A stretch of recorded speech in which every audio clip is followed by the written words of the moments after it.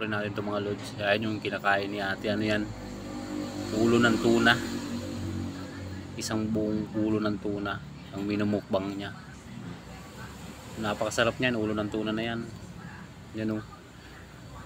Parang pag dito yata sa atin, ginataan yata yan eh. Ewan ko sa kanila kung anong luto yan. Kasi may mga sili at saka kinchay. Maraming sili sa ibabaw. Napakasarap niyan. Sobra. Ayan o. Lalamta ka ni ate. Lakas kumain. Ayan o. Wow. Isang buong ulo ng tuna. Daming lalaki ng laman o. Grabe kumain. Sulit. Malambot kasi yung laman yan. Sobrang lambot ng laman. Lambot kasi ng pakakaluto. Nakakasuya yan pag yan kinain mo na wala kang kanin. Dapat yan may kasamang kanin. Pero sa kanila kasi hindi sila kumakain ng kanin. Ulam lang. Kaya mo, napakasarap kumain. Nakakapanglaway. Laki niyang panga na yan. Pero ubos niya yan. Grabe oh. Sarap niyan yung mata.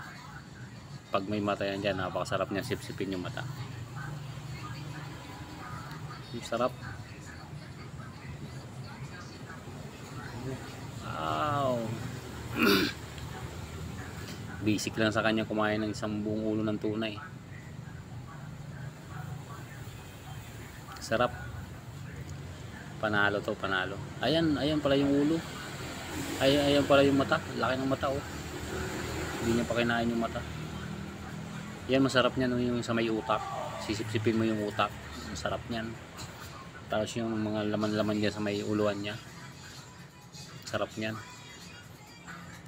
The best. Yan. Sipsipin mo yung pag sinipsip mo yung ulo niya, nasarap. Tapos kumain.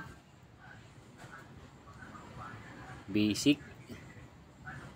Itong masasarap kasama sa kainan. Talagang mapapasabay ka dito kumain eh. Sarap oh. Higupin mo na yung sabaw.